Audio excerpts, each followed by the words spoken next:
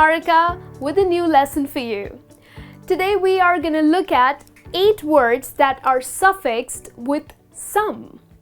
Now I always suggest my students that you should always try to enhance your vocabulary by learning English words that are suffixed with different letters. In today's lesson, we are specifically going to look at words that are suffixed with some. How to use them in your conversation, what exactly do they mean? Well, let's have a look. We'll start with the first one, which is burdensome.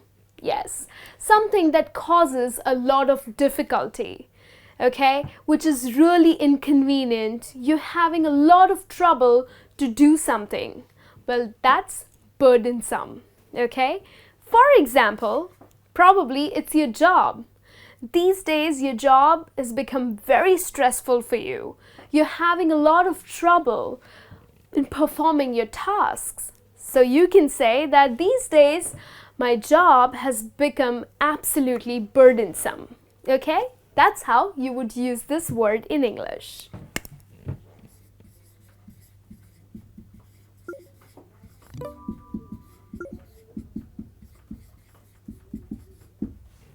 Something that causes difficulty.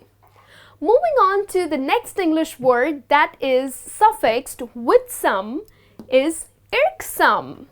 Well, sometimes there are things or there are people who are so irritating and so annoying. Like at times their actions just want you to pull your hair out. Yes, that happens to you, right? It happens to me very often. So I end up using the word irksome. Like I do not like to hang out with some friends of mine because their actions are absolutely irksome.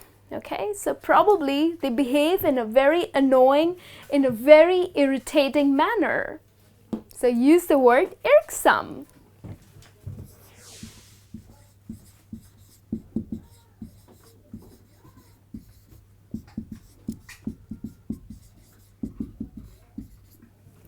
Let's move on to another word here, which is lonesome. Now, lonesome can be used in 2 different ways. The first one is when you feel very lonely because you are away from your loved ones.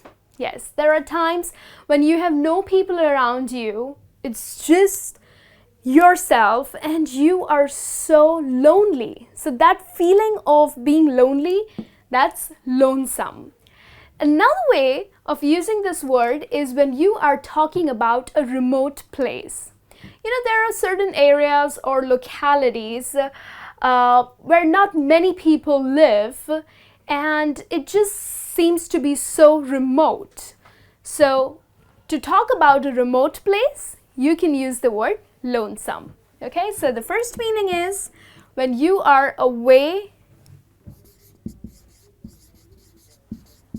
from your loved ones.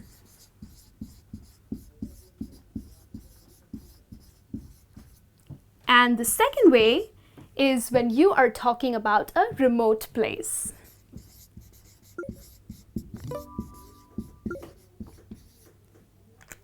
Okay, so if you have to use this in your conversation, how would you do that? Well, when you're away from your loved ones, this is how you can use. Well, I can't live in this house anymore because it's just so lonesome. Like my family is in the US and it's absolutely lonesome. Okay?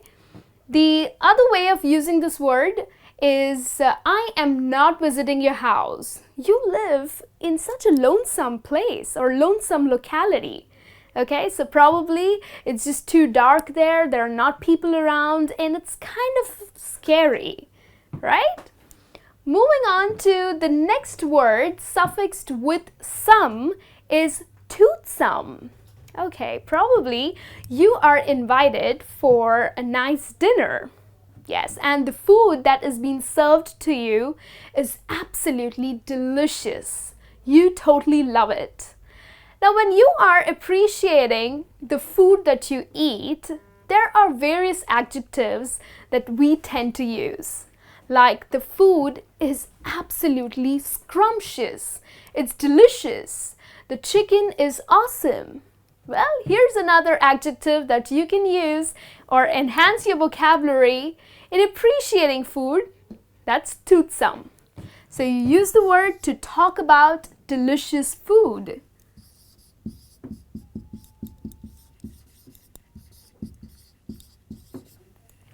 Moving on to the next one, which is threesome. Well, threesome is also used in two different ways.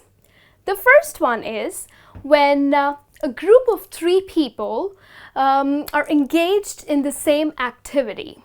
So probably there's a presentation that you have to present next week, and there are three people who are working on the same presentation. So you're going to say, well, it's a threesome presentation.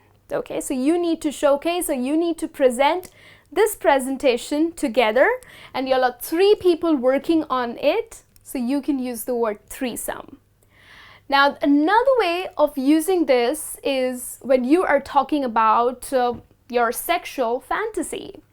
So when three people are engaged in a sexual activity at the very same time, it means that they are having a threesome, right? So two ways. The first one is group of three people working on the same task. And the second one is when you're talking about a sexual activity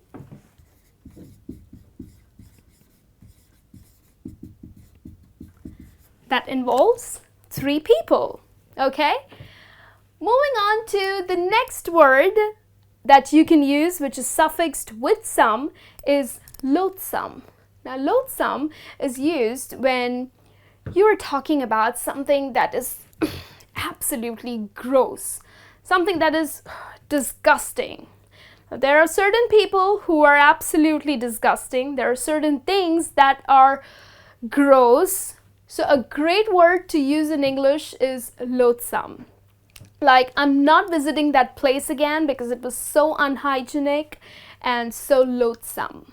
Okay, that's how you can use the word. So when you're talking about something which is really disgusting or gross. Okay, moving on to the word blithesome. You know, there are times when you are just so happy, very thrilled about something. There are times when you have no worries, no stress, no burden. You're absolutely carefree. You use the word blithesome. Well, I feel so blithesome this morning. So which means that I have no worries, no anxiety, no burden, no stress. I feel happy. So rather than just using the word I feel happy, I prefer to use the word blithesome. I feel so blithesome this morning.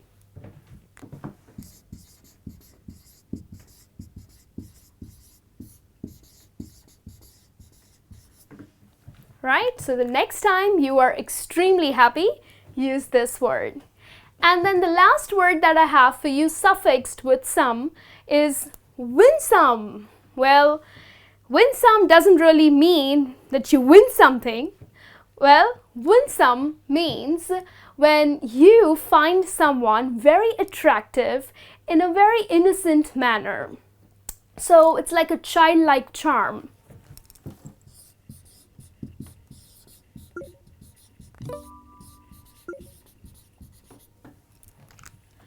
Like my friend has a winsome smile.